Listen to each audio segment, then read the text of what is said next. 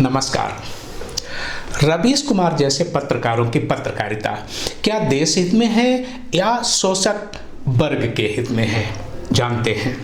रवीश कुमार जैसे प्रसिद्ध पत्रकारों को सुनते या पढ़ते समय कुछ बातों का ध्यान रखना जरूरी है और समझना यह है कि शोषक वर्ग देश की जनता के खिलाफ क्या एक खतरनाक नियोजित युद्ध चला रहा है। भेदवादी शोषक वर्ग की मीडिया जनता के समक्ष अक्सर गलत सूचनाएं देती है, अक्सर झूठे आंकड़े देती है। अगर कहीं सूचना और आंकड़े सही देती भी है तो उसका विश्लेषण गलत तरीके से करके जनता को गुमराह कर देती है, और अगर सूचना सही देती है, विश्लेषण भी सही करती है और प्रस्तुतिकरण भी सही करती है तो मुख्य समस्या को दरकिनार करके द्वितीयक समस्या को ही मुख्य समस्या बना देती है और बुनियादी समस्याओं से जनता का ध्यान हटा देती है।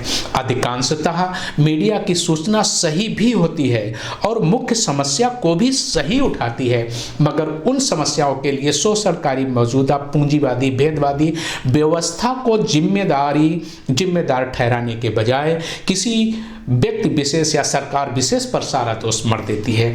इसी तरह की अनैतिक हरकतें तथाकथित शोषणकारी भेदवादी मीडिया के लोग यानी पत्रकार करते रहते हैं।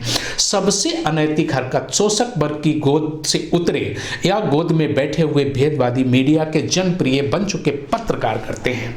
ये जनप्रिय पत्रकार मुख्य समस्याएं जैसे महंगाई, बेरोजगारी, भ्रष्टाचार, सूदखोरी, जमाखोरी, मिलावटखोरी, नशाखोरी, अश्लीलता आदि जन समस्याओं को मजबूती से उठाते तो हैं, पर इसके लिए मौजूदा विषमतावादी आर्थिक व्यवस्था, जातिवाद और ऊंच नीचवाद को जिम्मेदार नहीं ठहराते, बल्कि इसके लिए सिर्फ नेहरू, मोदी, इंदिरा व राजीव को जिम्मेदार ठहरा देते हैं। नेहरू, मोदी, इंदिरा व अटल आदि को जिम्मेदार ठहराने का मतलब होता है कि अगले चुनाव में इन व्यक्तियों की जगह किसी दूसरे व्यक्ति को चुना जाए।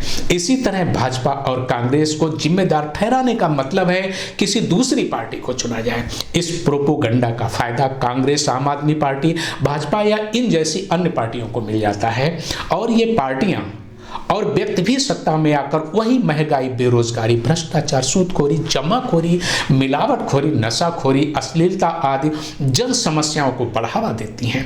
मतलब इनके प्रोपोगंडा से प्रेरित होकर जनता एक चोर को छोड़कर दूसरे चोर को चुन लेती है और फिर 5 साल तक उस नए चोर का अत्याचार सहती रहती है। नेहरू, राजीव, मोदी, अटल जैसे नेता और भेदवादी शोषक वर्ग के पत्रकारों में बुनियादी तौर पर एकता है। दोनों ही मौजूदा विषम अर्थनीति और संसाधनों में विषम भागीदारी को जिम्मेदार नहीं ठहराते।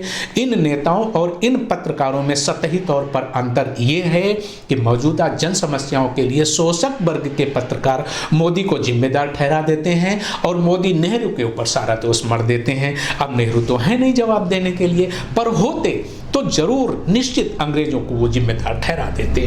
अगर मीडिया के द्वारा जनता को यह बताया जाए कि मजदूरों, किसानों और श्रमशीलों का शोषण करने वाली भेदवादी मौजूदा पूंजीवादी, जातिवादी और ऊंच नीचवादी व्यवस्था ही तमाम जन समस्याओं के लिए बुनियादी तौर पर जिम्मेदार है और इसका समाधान सिर्फ और सिर्फ समाजवादी लोकतांत्रिक व्यवस्था में ही है तथा सत्ताधारी और विपक्ष की पार्टियां दोनों ही पूंजीवादी, भेदवादी और शोषक साम्राज्यवादी व्यवस्था का ही प्रतिनिधित्व करती हैं, तो जनता अपनी समस्याओं से निजात पाने के लिए कांग्रेस व भाजपा को चुनने की बजाय वास्तविक समाधान के लिए लड़ती, अर्थात समाजवादी लोकतांत्रिक व्यवस्था के लिए संघर्ष करती।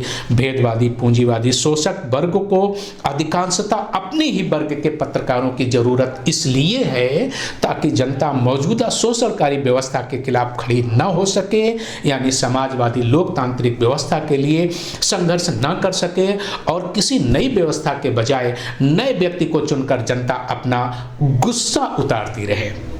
मौजूदा पूंजीवादी, भेदवादी, जातिवादी और साम्राज्यवादी व्यवस्था के खिलाफ जनमत तैयार करना जनहित का काम है, जबकि मौजूदा व्यवस्था को बचाने के लिए भाजपा या कांग्रेस जैसी किसी पार्टी या मोदी तथा राहुल जैसे किसी व्यक्ति के खिलाफ जनमत तैयार करना शोषक वर्ग का काम है। शोषक वर्ग के पत्रकार बड़ी ईमानदारी से शोषक वर्ग का ये काम कर रहे हैं, इसीलिए ईमानदारी को सबसे बड़ा हथियार न समझें।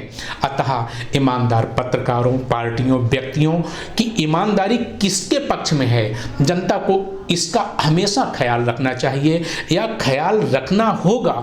ईमानदार लोगों की बातें सुनना गलत नहीं है, मगर उनकी बातों को आंखें मूंद कर मान लेना बिल्कुल गलत बात है। शोषक वर्ग के प्रोपोगंडा में फंसने से बचने का बस एक ही उपाय है कि जनता को व्यक्तियों, पार्टियों, संस्थाओं, तथ्यों या घटनाओं को वर्गीय दृष्टिकोण से देखना होगा, संदेह करना होगा, मुद्दा बनाना होगा और निर्णय लेना होगा। धन्यवाद।